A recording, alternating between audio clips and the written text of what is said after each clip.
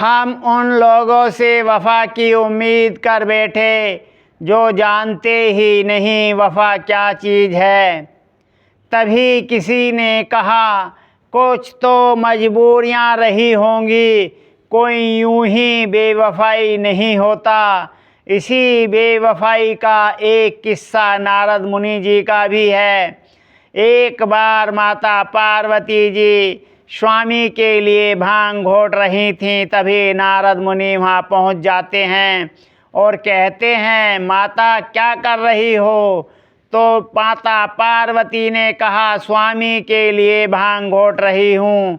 तो नारद मुनि कहते हैं, उस कपटी के लिए? तुम्हारे स्वामी कपटी हैं? तो माता पार्वती कहती हैं, मुनिवर आप जानते हैं क्या कह रहे हैं?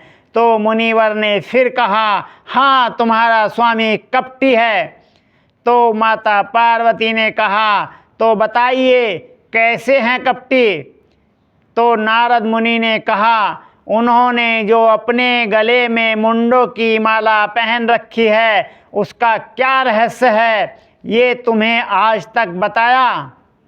अब ये बात सुनकर माता पार्वती चुप हो जाती हैं और नारद मुनि भी मौका देखकर चुपके से वहाँ से खिसक जाते हैं।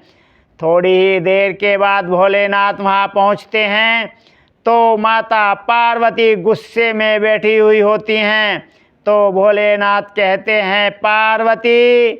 तो माता पार्वती बोलती ही नहीं हैं। तो भोलेनाथ कहते हैं, पार्वती। तो माता पार्वती पीठ फेर कर बैठ जाती हैं। तो फिर भोलेनाथ माता पार्वती के सामने आते हैं तो माता पार्वती फिर पीठ फेर के बैठ जाती हैं।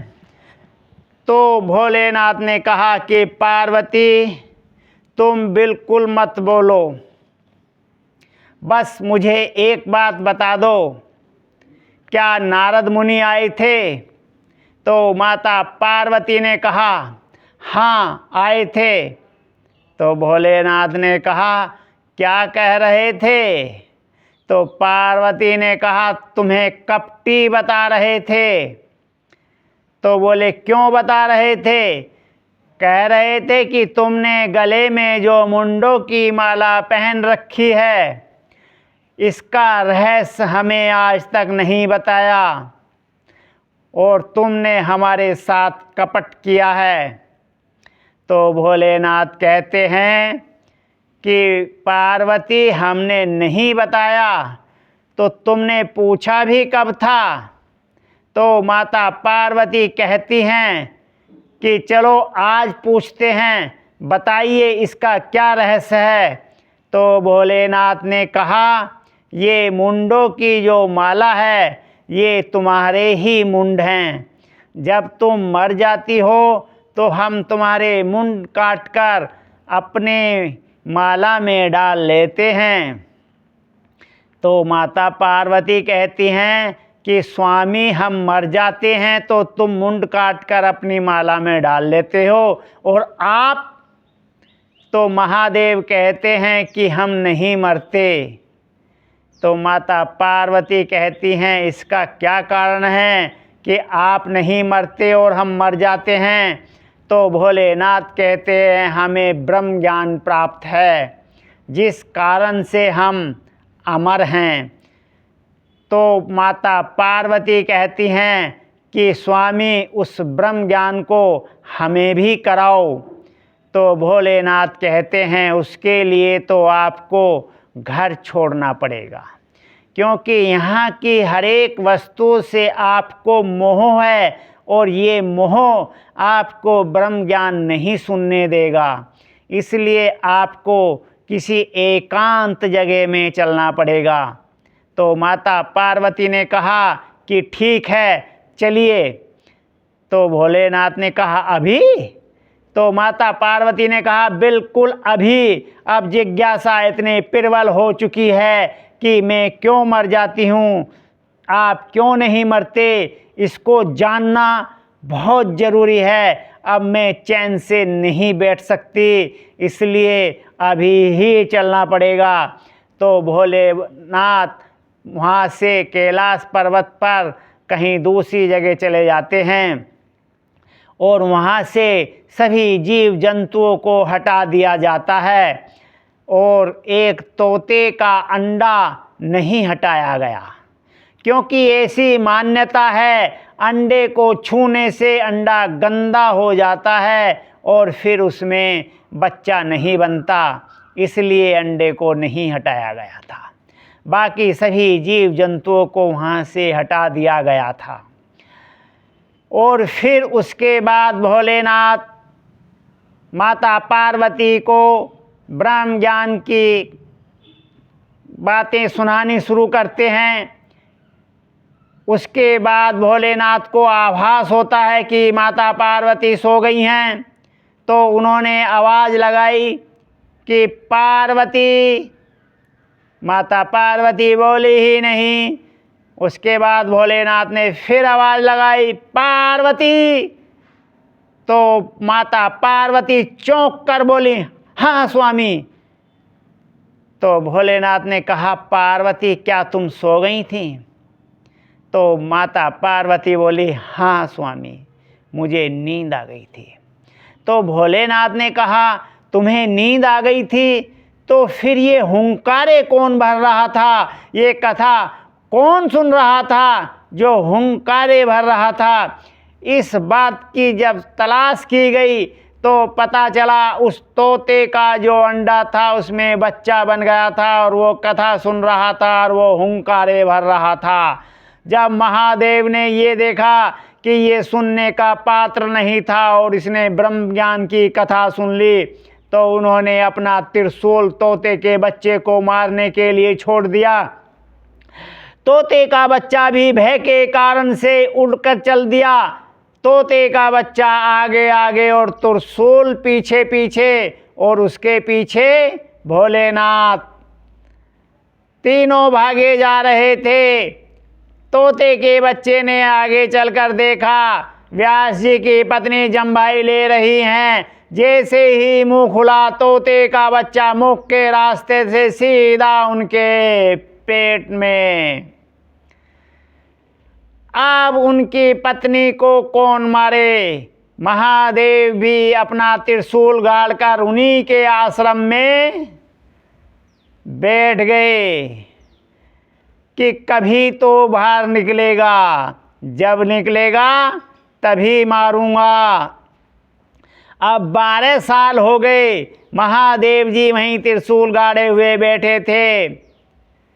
अब 12 साल में उस बच्चे ने भी पेट में अपना विकास किया और आकार बढ़ता गया। जब आकार बढ़ा तो व्यास जी की पत्नी को कष्ट होने लगा, तो फिर नारद मुनि को याद किया गया। नारद मुनि आए और व्यास जी ने अपनी पत्नी की पूरी पीड़ा उन्हें सुनाई। तो व्यास जी ने बच्चे से कहा कि बाहर निकलो। बच्चे ने कहा नहीं, मैं बाहर नहीं निकल सकता, क्योंकि बाहर निकलते ही मुझे भोलेनाथ मार देंगे। तो नारद मुनि ने कहा इसकी एक युक्ति है, वो मैं तुम्हें बताता हूँ। मैं गाय के सींग पे सरसों का दाना रखता हूँ, उसको पृथ्वी पे गिरने से पहले अगर तुम बाहर आ गए तो फिर भोलेनाथ तुम्हें नहीं मारेंगे। गिरने के बाद आए तो भोलेनाथ तुम्हें मार देंगे। तो बच्चे ने कहा कि मुनिवर ठहरो, तो फिर मैं तैयार हो जाता हूँ। तो मुनिवर ने कहा ठीक है। बच्चे ने कहा कि मुनिवर अब मैं तैयार हूँ, रखिए आप गाय के सींग पर सरसों का दाना। मुनिवर ने गाय के सींग पर सरसों का दाना जैसे ही रखा और बच्चा पेट से बाहर, और बाहर आते ही साथ में आंवर नाल वगैरह भी साथ आई थी, उसको सबको लपेट के सब एकदम वहाँ से चल दिए। व्यास जी ने कहा ठहरो, तुमने मेरी पत्नी के गर्भ से जन्म लिया है, इसलिए मैं तुम्हारा पिताजी हूँ, मेरा आदेश है, तुम नहीं जा सकते। उस बच्चे ने कहा कि ये बात तो ठीक है, आप मेरे पिताश्री हैं, परंतु पिताश्री मेरी भी कुछ मजबूरियां हैं, मेरी भी बात सुनिए। व्यास जी ने कहा, हाँ सुनाइए। तो बच्चे ने कहा, पिताश्री एक साधु था, वो कहीं जा रहा था, रास्ते में एक राजा का महल था। महल की अटारी पर रानी अपने केस सुखा रही थी। उसने एक हष्टपुष्ट सुंदर साधु को देखा और इशारा किया और अंदर बुलाया। साधु अंदर चला गया। रानी ने कहा, मेरे साथ सहवास करिए, यानी कि संबंध बनाइए। साधु ने कहा, हम कोई गृहस्थी नहीं हैं, हम सन्यासी हैं, हम ऐसा नहीं कर सकते। पिताश्री, फिर रानी ने कहा कि जानते हो किससे बात कर रहे हो? मैं रानी हूँ, अभी राजा के पास खबर भिजवाती हूँ कि तुम मेरे साथ जबरदस्ती छेड़छाड़ कर रहे हो। इसका हर्ष क्या होगा? तुम्हें सीधी फांसी होगी। तो बच्चे ने कहा, पिताश्री, साधु अपने प्राण बचाने के लिए रानी से हाँ कर देता है, परंतु इतने में ही एक महतरानी आ जाती है, घर की साफ सफाई करने वाली। उस महतरानी को देखकर, उसकी आहट सुनकर रानी साधु को तुरंत एक बोरे में बंद कर देती है और ऊपर से मुंह बांध देती है। और जैसे ही महतरानी अंदर आती है, कहती है कि सबसे पहले इस बोरे को कचरे के ढेर पर फेंक आओ। महतरानी उस बोरे को अपने टोकरे में रखकर कचरे के ढेर पर फेंक आती है। सुनो पिताश्री, आगे क्या होता है। जैसे ही कचरे के ढेर पर उस साधु को फेंका तो उसको चोट भी लगी, धूप में तपा भी। महतरानी तो फेंक कर चली गई। पिताश्री, फिर उस साधु ने जोर लगाकर जैसे तैसे उस बोरे को काटा फाड़ा और बोरे से बाहर निकला और वहां से चला गया। कुछ समय के बाद उस साधु के साथ फिर एक ऐसी ही घटना घटी। फिर जा रहा था, फिर राजा का महल था। अटारी पर रानी ने इशारा किया उस साधु की तरफ। जैसे ही रानी ने इशारा किया तो पिताश्री, मैं आपसे पूछना चाहता हूं कि उस साधु को महल के अंदर जाना चाहिए? पिताश्री ने कहा, बिल्कुल नहीं जाना चाहिए। तुम्हारी बात एकदम बिल्कुल सटीक सत्य है, परंतु ऐसी ही घटना एक मैं भी सुनाता हूँ। एक साधु जब जा रहा था तो राजा का महल पड़ा। रानी ने उसको बुलाया। साधु अंदर चला गया। रानी ने कहा, मेरे साथ सहवास करिए, मेरे साथ संबंध बनाइए। साधु ने कहा, ठीक है, लेकिन मुझे पहले टट्टी जाना है, लैट्रिन जाना है, तो मुझे पहले आप अपना पैखाना बताइए। अब उस समय ये सोखते वाली, गड्ढे वाली, टैंक वाली लैट्रिन नहीं हुआ करती थी, एक मोरी वाली लैट्रिन हुआ करती थी। उसी में रानी सब लैट्रिन क्या करते थे और उस मोरी के बाहर वो लैट्रिन, वो टट्टी मोरी से बाहर चली जाती थी और महतरानी आती थी, फिर उसको साफ कर देती थी। तो इस मोरी वाली लैट्रिन को रानी ने बता दिया, साधु को इशारा कर दिया कि इधर है। साधु उस मोरी वाली लैट्रिन की तरफ गया। वहाँ पहले से ही लैट्रिन पड़ी थी, टट्टी पड़ी थी। उस साधु ने उस टट्टी को उठाया और अपने हाथों पे, मुंह पे, कपड़ों पे सब जगह लगाया और लगाकर आया और रानी से कहा, आइए, मैं तैयार हूं तुम्हारे साथ सहवास करने के लिए, संबंध बनाने के लिए। रानी ने जब देखा इस गंदगी को, उसने कहा, दूर दूर दूर, भागो यहां से, भागो भागो भागो, छी छी छी छी, भागो। इस तरह से वो साधु वहां से भाग जाता है। तब किसी ने उससे पूछा कि तुमने इतना घृणित काम, इतनी गंदगी भरा काम क्यों किया? तो उस साधु ने कहा, इस गंदगी को तो मैं साबुन और पानी से छुटा सकता हूं, लेकिन उस सहवास वाली गंदगी को मैं इस जन्म में क्या कई जन्म तक नहीं छुटा सकता था, इसलिए मुझे ये कार्य करना पड़ा। समझे पुत्र? व्यास जी ने कहा, समझे पुत्र,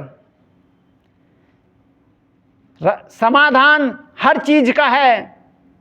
फिर भी मैं तुमसे कहना चाहूंगा कि रहना या मत रहना ये तुम्हारी मर्जी, परंतु अगर तुम इसी तरह से चले जाते हो तो तुम्हारा परिचय क्या होगा? इसलिए तुम अपना नामकरण संस्कार कराइए, ताकि तुम्हें व्यास जी के पुत्र के नाम से और तुम्हें अपने नाम से जान सकें। बच्चे की भी बात समझ में आ जाती है, तो उसने कहा, पिताश्री, तो देर मत करिए, ये नामकरण संस्कार शीघ्र करिए। तो व्यास जी ने उस बच्चे का नामकरण संस्कार किया और उनका नाम सुखदेव रखा। सुखदेव अपना नामकरण संस्कार कराकर वहाँ से चले जाते हैं घने जंगल में, और फिर कभी वापस नगर या गांव की तरफ नहीं आते हैं। वहीं पर रहकर वो कंदमूल और फल खाते हैं। कथा यहीं समाप्त नहीं होती है, कथा इससे आगे और भी है, और बहुत ही रोचक कथा है, इसलिए पूरी सुनिए। फिर हस्तिनापुर के राजा परीक्षित एक बहुत ही धार्मिक राजा थे। एक बार राजा परीक्षित जब शिकार खेलने के लिए जा रहे थे, तो रास्ते में एक व्यक्ति 2 बैल गौवंश को पीटता हुआ ले जा रहा था। राजा परीक्षित ने धनुष बाण तान दिया और कहा, सावधान, मेरे राज्य में गौवंश को पीटने की किसकी हिम्मत हुई? तो उस व्यक्ति ने हाथ जोड़कर कहा कि महाराज, मुझे मत मारिए, मैं कलयुग हूं, मेरा स्वभाव ही ऐसा है, मैं तुम्हारे राज्य में आया हूं, मुझे शरण दीजिए। तो राजा परीक्षित एक धार्मिक राजा थे, अपनी शरण में आए हुए को वो शरण देते ही थे। तो उन्होंने कहा, तुम कलयुग हो तो फिर तुम जुआ में चले जाओ, वहाँ तुम्हारा स्थान है। तो उसने कहा, महाराज, और दूसरा स्थान भी दीजिए। तो उसने कहा, तुम शराब में चले जाओ। कलयुग ने कहा, महाराज, और स्थान दीजिए। तो राजा परीक्षित ने कहा, तुम वेश्यावृत्ति में चले जाओ। तो कलयुग ने कहा, महाराज, और स्थान दीजिए। तो राजा परीक्षित ने कहा, तुम चोर डाकुओं बेईमानों के घर चले जाओ। तो कलयुग ने कहा, महाराज, सारे गंदे ही स्थान दोगे, एक 2 स्थान तो मुझे अच्छा भी दे दो। तो राजा परीक्षित ने कहा, ठीक है, तो फिर तू सोने में चला जा। अब कलयुग बहुत खुश होता हुआ और बोला, वाह, ठीक है महाराज, मैं बहुत खुश हूँ। और फट से राजा परीक्षित का जो सोने का मुकुट था कलयुग उसमें चला जाता है। सोने के मुकुट में कलयुग के जाते ही राजा परीक्षित की बुद्धि भ्रष्ट हो जाती है और वो शिकार खेलने के लिए आगे बढ़ते हैं। तो वहाँ समीक ऋषि तपस्या में बैठे हुए होते हैं और राजा परीक्षित को प्यास लगती है। वो ऋषि से कहते हैं कि मुझे प्यास लगी है, पानी चाहिए। लेकिन ऋषि तो अपनी तपस्या में थे, वे बोले ही नहीं।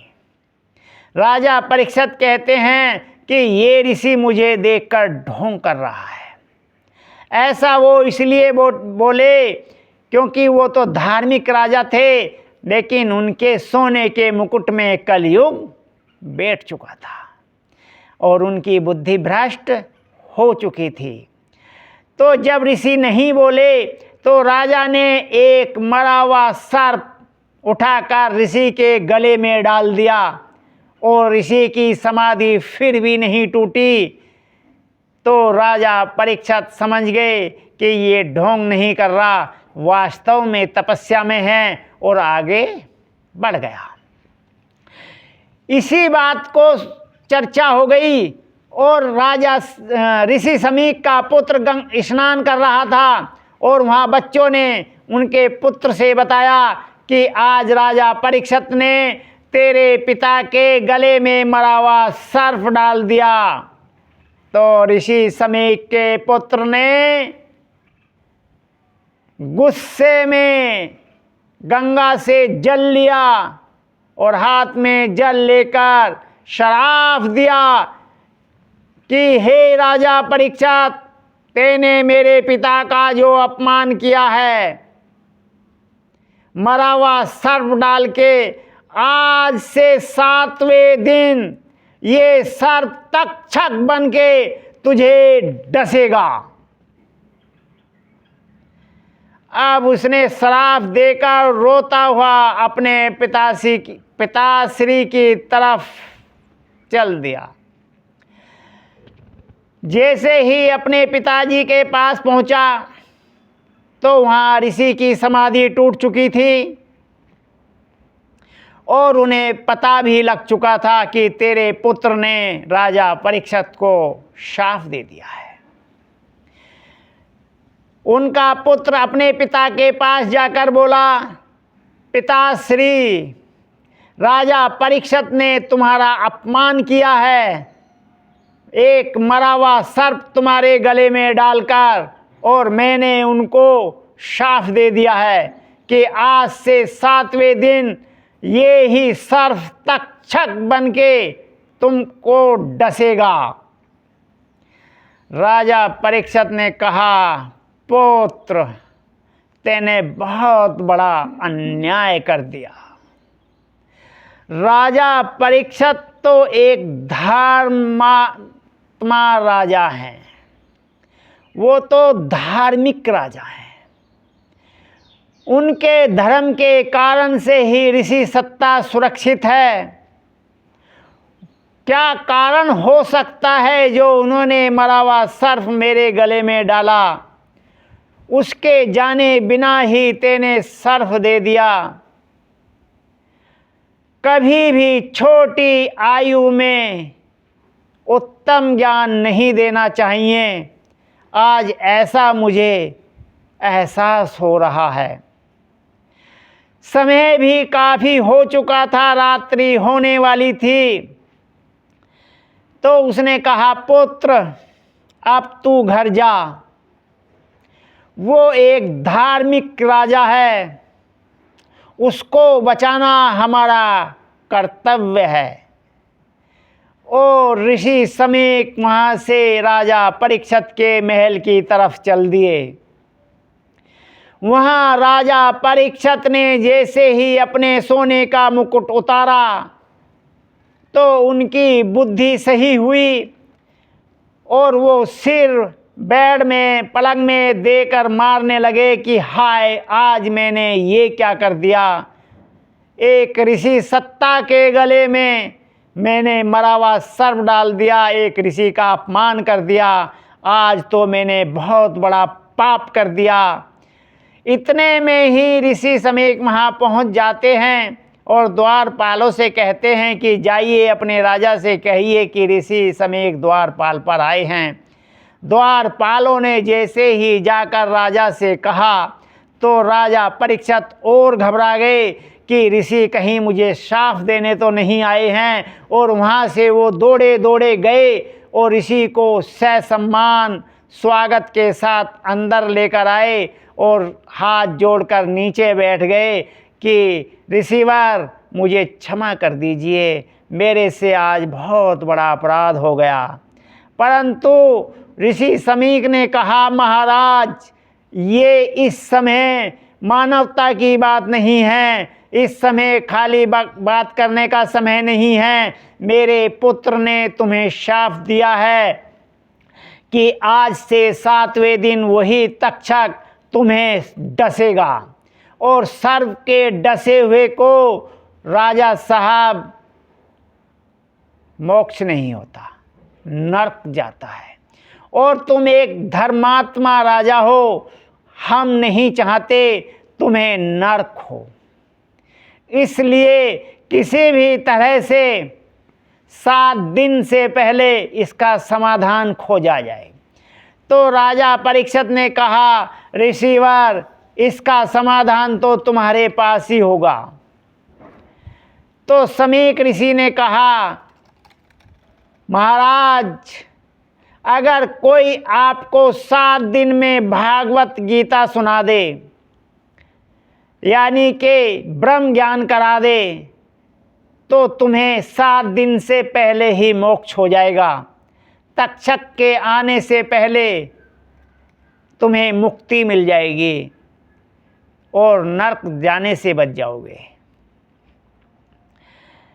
तो उन्होंने कहा, राजा परीक्षित ने कहा, ऋषिवर फिर ये भागवत कौन सुनाएगा? तो ऋषि समीक ने कहा, इस समय तो पृथ्वी पर केवल व्यास जी ही भागवत सुनाते हैं। तो राजा परीक्षित और ऋषि समीक भागवत जी के पास, ऋषि समीक और राजा व्यास जी के पास जाते हैं और व्यास जी से सारी समस्या बताते हैं। व्यास जी ने कहा, 7 दिन में मैं भागवत पूरी नहीं कर सकता क्योंकि मेरी अवस्था इस समय वृद्ध हो गई है। तो जब उनसे प्रार्थना की गई तो व्यास जी ने कहा कि 7 दिन में भागवत मेरा पुत्र सुखदेव सुना देगा। अब सुखदेव कहाँ पर हैं किसी को नहीं पता, तो नारद मुनि को बुलाया गया और नारद मुनि से सारी बात बताई गई। नारद मुनि ने सुखदेव जी को वनों में ढूंढ लिया और उनके पास पहुंच गए और सुखदेव जी से कहा कि सुखदेव जी, राजा परीक्षित को ऋषि समीक के पुत्र ने शाप दे दिया है और उन्हें 7वें दिन सर्प डस लेगा। आप 7 दिन से पहले उन्हें भागवत सुना दें तो वो नरक में जाने से बच जाएंगे और उन्हें मुक्ति मिल जाएगी। वो एक बहुत ही धार्मिक राजा हैं। सुखदेव जी ने कहा, वाह नारद मुनि वाह, जिसको दुनियादारी से कोई मतलब नहीं, जिसने कभी नगर गांव देहात देखे ही नहीं, उसको किसी से क्या मतलब? कोई नरक जाए कोई स्वर्ग जाए, मुझे क्या मतलब? मैं अपनी मौज में मस्त हूँ, मुझे किसी से क्या लेना देना? जाइए, मैं जाऊंगा ही नहीं यहाँ से। नारद मुनि ने कहा, सुखदेव जी, अगर ये ज्ञान किसी का कल्याण न कर सका, तुम्हारे साथ ही चला गया, तो तुम्हारा और तुम्हारे इस ज्ञान का क्या फायदा? इस तरह से बहुत सारी बातें कहकर नारद मुनि ने मुनि सुखदेव जी को राजी कर लिया और वो राजा परीक्षित को कथा सुनाने के लिए आ जाते हैं। हस्तिनापुर में राजा परीक्षित का पंडाल लगाकर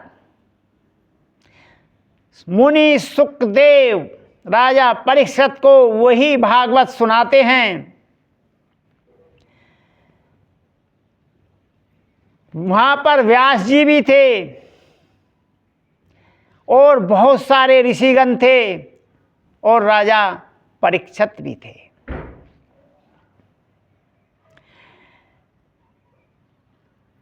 तो कथा सुनाते सुनाते जब 5वां दिन हो गया और राजा परीक्षित को मुक्ति नहीं मिली, तो सुखदेव जी कहते हैं, हे राजन, तुम्हारे कुल में एक ऐसा राजा पैदा हुआ था कि वो एक बार शिकार खेलने के लिए गया तो वहां उसको रात्रि हो गई थी। जब शेर ने और जंगली जानवरों ने दहाड़ लगाई तो वो राजा डर गया। ये बात सुनकर राजा परीक्षित को बहुत गुस्सा आया। उन्होंने कहा, मुनिवर, ये बात मैं नहीं मानता। उस हमारे कुल के राजा का नाम बताइए। हमारे कुल में कोई ऐसा राजा नहीं हुआ। हमारे कुल में तो ऐसे ऐसे राजा हुए थे जो लोक और परलोक को बदल दें, धरती को पलट दें। मैं इस बात को नहीं मानता। आप हमारे उस कुल के राजा का नाम बताइए। सुखदेव ने कहा, हाँ हाँ बता देंगे, पहले पूरी बात सुनो। तो फिर वो डरपोक राजा छिपने के लिए जगह ढूंढता है। तो उसी जंगल में उसको कहीं एक रोशनी दिखाई देती है। तो वो डरपोक तुम्हारे कुल का राजा उस रोशनी की तरफ दौड़ता है। जब वहाँ पहुँचता है तो वहाँ उसे एक कुटिया दिखाई देती है और कुटिया पे एक द्वारपाल बैठा है। वो द्वारपाल से कहता है कि मुझे इस कुटिया में रात्रि विश्राम करना है। तो द्वारपाल ने कहा, नहीं महाराज, आप इस कुटिया में विश्राम नहीं कर सकते। तो तुम्हारे कुल के उस डरपोक राजा ने कहा कि द्वारपाल मैं क्यों नहीं कर सकता। तो द्वारपाल ने कहा, महाराज, तुम इसलिए नहीं कर सकते इस कुटिया में विश्राम क्योंकि इस कुटिया में अंदर जो जाता है फिर आने का नाम नहीं लेता है। तो इतने में फिर जंगली जानवरों ने दहाड़ लगा दी। तो तुम्हारे कुल का डरपोक राजा उस द्वारपाल की खुशामद करने लगा, हाथ जोड़ने लगा, पैर पकड़ने लगा। अब ये बात तो सुनकर राजा परीक्षित आग बबूला हो गए। मुनिवर, जल्दी से हमारे कुल के उस राजा का नाम बताइए।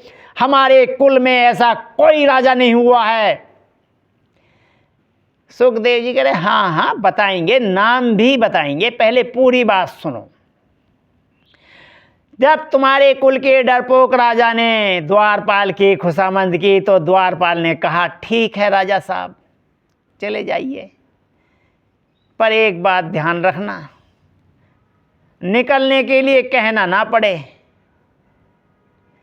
तो तुम्हारे कुल के डरपोक राजा ने कहा, नहीं नहीं नहीं, मैं सुबह दिन निकलते ही बिना कहे चला जाऊंगा। तो जैसे ही तुम्हारे कुल का राजा अंदर गया तो अंदर जाकर उसने देखा एक टट्टी का होद, एक पेशाब का होद, एक खून का होद, एक हड्डियों का होद, एक मांस का होद, एक मज्जा का होद। ये सारी होज देखकर तुम्हारे कुल का राजा नाक भींचकर बाहर भाग आया। उसने कहा, अरे अरे अरे, तू इसकी लिए खुशामद करा रहा था, इसमें कहीं है रहने के लिए जगह है? मैं नहीं ठहर सकता इसमें। तो द्वारपाल ने कहा, ठीक है महाराज, जाइए। तुम्हारे कुल का वो डरपोक राजा जैसे ही वहां से थोड़ी दूर हटा, तभी जंगल से जंगली जानवरों के दहाड़ने की आवाज आई। फिर दौड़ा दौड़ा द्वारपाल के पास आया और द्वारपाल से बोला कि मुझे ठहरना है। तो द्वारपाल ने कहा, महाराज देख लीजिए, आप जैसी व्यवस्था है उसी में ही आपको रहना पड़ेगा। तो तुम्हारे कुल के डरपोक राजा ने कहा, ठीक है द्वारपाल, एक रात्रि में ऐसे ही काट लूँगा। द्वारपाल फिर बोला कि महाराज मेरी बात याद है ना, मुझे निकलने के लिए कहना ना पड़े। राजा ने कहा, नहीं नहीं, दिन निकलते ही मैं स्वयं चला जाऊंगा। तो ठीक है, ठहर जाइए। तुम्हारे कुल का वो डरपोक राजा डर के मारे उस होदों के बीच में कहीं चिपक के टट्टी लैट्रिन की, खून मांस मज्जा हड्डी की होदों के बीच में कहीं चिपक के लेट गया और सो गया। सुबह दिन निकला, तुम्हारे कुल का वो डरपोक राजा निकल के नहीं आया। अब तो सुखदेव जी गुस्से से आग बबूला कि हमारे कुल में इतना डरपोक, इतना गंदा राजा कोई पैदा नहीं हुआ। हमारे कुल में तो वीर सूरवीर, वीरों के वीर सूरवीर पैदा हुए हैं, महाबली पैदा हुए हैं। ऐसा राजा कोई सुनने में नहीं आया। मैंने आज तक किसी की ऐसी कथा नहीं सुनी, किसी के बारे में हमारे कुल में ऐसा राजा हुआ मैंने आज तक किसी के बारे में ऐसा नहीं सुना। मुनि सुखदेव कहते हैं, ठीक है, आपको हम उसका नाम भी बताएंगे, आप शांति से बैठे रहिए, पूरी बात सुनिए। फिर द्वारपाल ने देखा कि अब तो दिन निकल आया और राजा साहब बाहर निकले ही नहीं। तो उसने आवाज लगाई, राजा साहब तुम्हारा टाइम पूरा हो गया है और दिन निकल आया है, इस कुटिया को खाली करो। तो तुम्हारे कुल का वो राजा कहता है, तेरी हिम्मत कैसे हुई मुझे इस कुटिया से बाहर निकालने की? तेरी ये कुटिया मेरे राज्य के अंदर आती है, तैने इतना साहस कैसे किया? और तुम्हारे कुल का राजा उसी हौद से चुपका पड़ा रहा। अब तो सुखदेव पे रुका नहीं गया। उसने कहा, मुनिवर आप जल्दी बताइए, अब मुझसे रुका नहीं जा रहा है। वो हमारे कुल का राजा कौन था? मुनि सुखदेव ने कहा, वो तू है। तेरे कुल का राजा वो तू है, जिससे तू मोह कर रहा है, जिसमें तू चुपका पड़ा है। वो टट्टी पेशाब खून मज्जा हाड़ मांस की होद नहीं है तो क्या है? जिससे तू मोह करे पड़ा है, जिसमें चुपका पड़ा है। बस राजा परीक्षित को इतना सुनते ही ब्रह्म ज्ञान हो गया और वे अपने शरीर से निकल गए। उधर तक्षक 7वें दिन राजा परीक्षित को डसने के लिए आ रहा था। तो एक वेद थे जिसे डसे हुए स्थान पर देखने से जहर नहीं चढ़ता था। अगर सर्प किसी को डस लेता था और वे वेद उस स्थान को देख लेते थे तो जहर नहीं चढ़ता था। उस वेद अपने घर से चले, उसने कहा, हम देखेंगे राजा परीक्षित को कौन मारता है। और जैसे ही अपने घर से चले तो तक्षक एक छड़ी का रूप धारण करके रास्ते में पड़ गए। जब वे जा रहे थे तो उन्होंने उस छड़ी को देखा और कहा, कितनी सुंदर छड़ी है, और उठा लिया। ये तो एक अनोखी छड़ी दिखाई दे रही है, और हाथ में ले लिया। कुछ दूर चलने के बाद उनकी पीठ पर खाज मारी। उन्होंने उसी छड़ी से पीठ को खुजाया, और जैसे पीठ को खुजाया और तक्षक ने पीठ पे डस लिया। अब तो वो वेद अपनी पीठ को देख नहीं पाए और तुरंत झेर चढ़कर वहीं मर गए। और फिर तक्षक राजा परीक्षित को डसने के लिए जाता है और राजा परीक्षित को डसता है। डसने के बाद फिर तक्षक से पूछा जाता है कि जब तेने राजा परीक्षित को डसा था तो तुझे कैसा एहसास हुआ। तो तक्षक ने कहा कि जब मैंने राजा परीक्षित को डसा था तो उस शरीर में राजा परीक्षित नहीं थे, वो उससे पहले ही उस शरीर को छोड़कर चले गए थे। इतिहास में पहला उदाहरण है कि जिस किसी एक व्यक्ति को जीते जी मोक्ष मिला है। ये है ब्रह्म ज्ञान की महत्ता।